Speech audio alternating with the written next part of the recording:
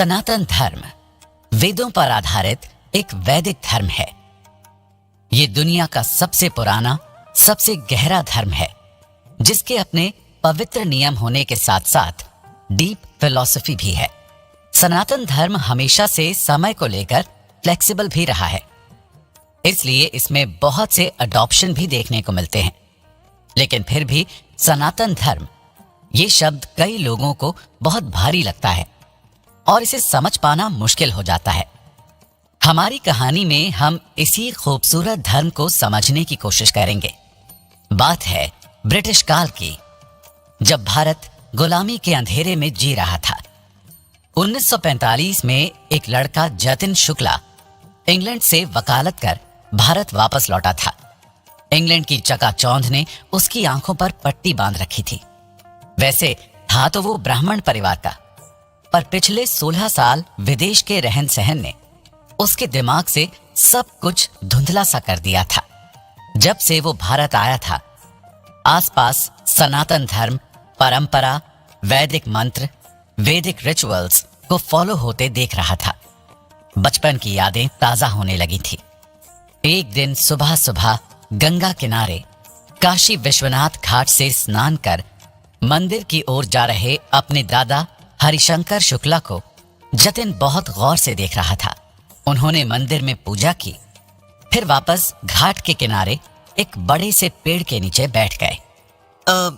दादाजी, आपको मालूम है कि हमारे धर्म को लेकर विदेश में बहुत सवाल उठाए जाते हैं। अब जिज्ञासा मेरे मन में भी जाग रही है कि आखिर हमारा धर्म इतना कठिन और उलझा हुआ क्यों है।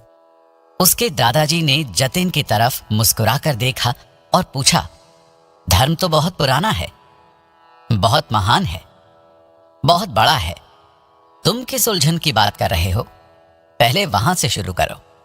धर्ना धर्म मेनित्याहु धर्मो धार्यति प्रजा। हमारे धर्म को इस एक लाइन से परिभाषित करने की कोशिश की जाती है। मैं जानना चाहता हूँ इसका मतलब क्या है।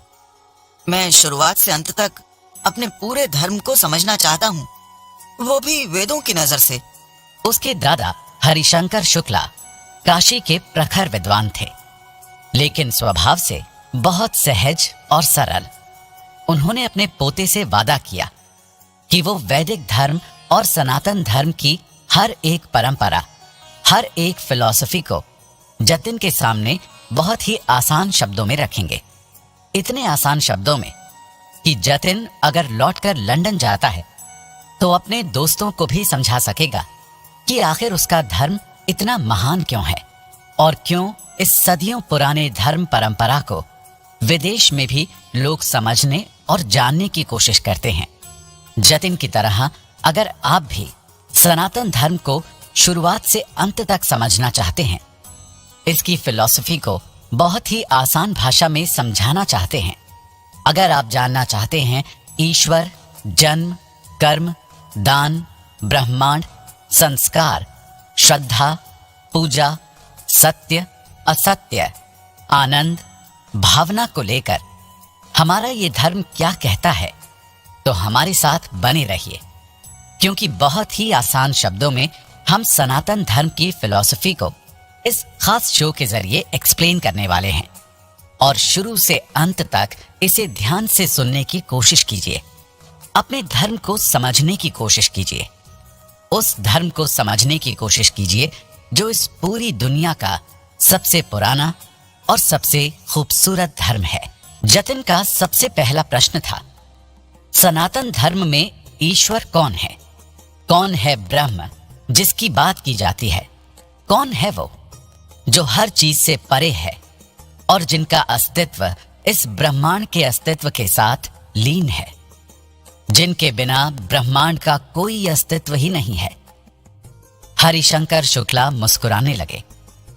उन्होंने मुस्कुराते हुए जतिन से कहा, तुम्हें पता है, उपनिषदों के अनुसार एक बार नचिकेता ने ऐसा ही प्रश्न यमराज से भी पूछा था। अब ये नचिकेता कौन है? ये सोचकर जतिन कंफ्यूज हो गया। उसने क्यूरियस होते हुए पूछा, ये नचिकेता कौन है? अरे नचिकेता को छोड़ो, कभी और इस पर जरूर बात करेंगे। नचिकेता उपनिषद का एक बेहद खूबसूरत पात्र है। जिसके मन में भी तुम्हारी तरह हजारों सवाल घुमा करते थे। पर फिलहाल हम नचिकेता को नहीं, ब्रह्म को समझने की कोशिश करेंगे।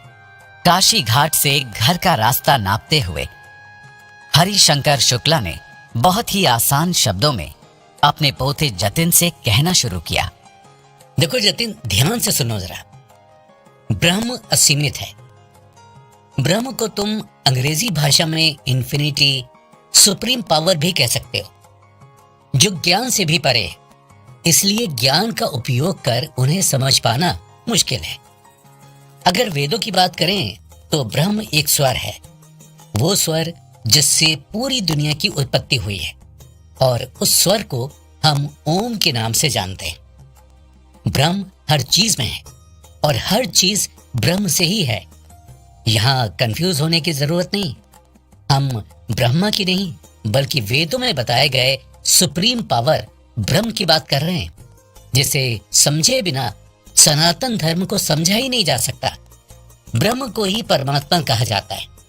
अलग अलग उपनिषदों, वेदों में ब्रह्म की अलग अलग परिभाषाएं दी गई हैं।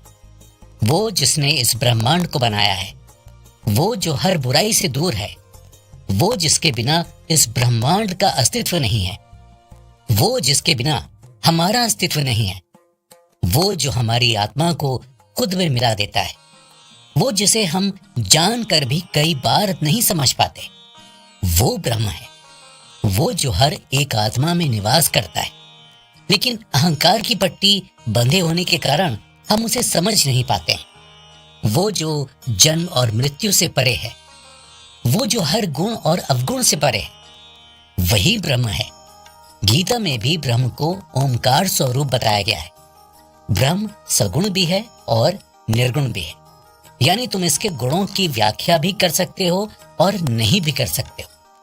ब्रह्म ही अंधकार है और ब्रह्म ही उजाला है। ब्रह्म ही कारण है और ब्रह्म ही करता है। इस दुनिया में जो कुछ भी हो रहा है, ये प्रकृति जो तुम अपने आसपास देख रहे हो, उस प्रकृति का मूल भी ब्रह्म है। अगर ब्रह्म की प्रकृति को समझना है, यानी ब्रह्म के नेचर को समझना है, तो तुम उन्हें सत्य, चित्त और आनंद, इन तीन शब्दों से समझ सकते हो। सत्य यानी वो जो सत्य है, चित्त यानी वो जो सबसे ज्यादा इंटेलिजेंट है, जिससे ज्यादा इंटेलिजेंट इस दुनिया में कोई हो ही नहीं सकता। पूरी दुनिया का ज्ञान जिसके अंदर समाया हुआ है, बल्कि पूरी दुनिया का ज्ञान उनसे ही निकला हुआ है। और आनंद अर्थात सबसे ज्यादा आनंदित रहने वाला, इतना आनंदित कि आनंद की परिभाषा ही खत्म हो जाए, वो है ब्रह्म। वेदों में अहम ब्रह्मास्मि जैसे महाकाव्य मिलते हैं, जिसमें कहा जाता है कि मैं ही ब्रह्मा हूं। इसका मतलब है कि आत्मा ही ब्रह्म है। लेकिन कई बार इसका गलत अर्थ भी निकाला जाता है। जब आप अपने सारे दुर्गुणों को त्याग कर, खास तौर पर अपने अहंकार को खुद से दूर कर, शांत मन से पूर्ण रूप से समर्पित होकर ब्रह्म को समझने की कोशिश करते हैं, तो आप खुद ब्रह्म बन जाते हैं। क्योंकि तब आप तमस, राजस और सात्विक तीनों गुणों से परे हो जाते हैं। ब्रह्म एक विश्वास है जिसके बिना हम भी जीवित नहीं रह सकते, और ब्रह्म वो ध्वनि है जिसके बिना यह ब्रह्मांड जीवित नहीं रह सकता, जिसके बिना ब्रह्मांड का कोई अस्तित्व ही नहीं है। मनुस्मृति में इस ब्रह्म और परमात्मा की क्रिएटिव शक्ति को देवी या माया कहा गया। वो माया जो ब्रह्म की इच्छा अनुसार इस दुनिया की रचना करती है, जिसके बंधन में फंसकर कई बार हम इस ब्रह्म को भूल जाते हैं।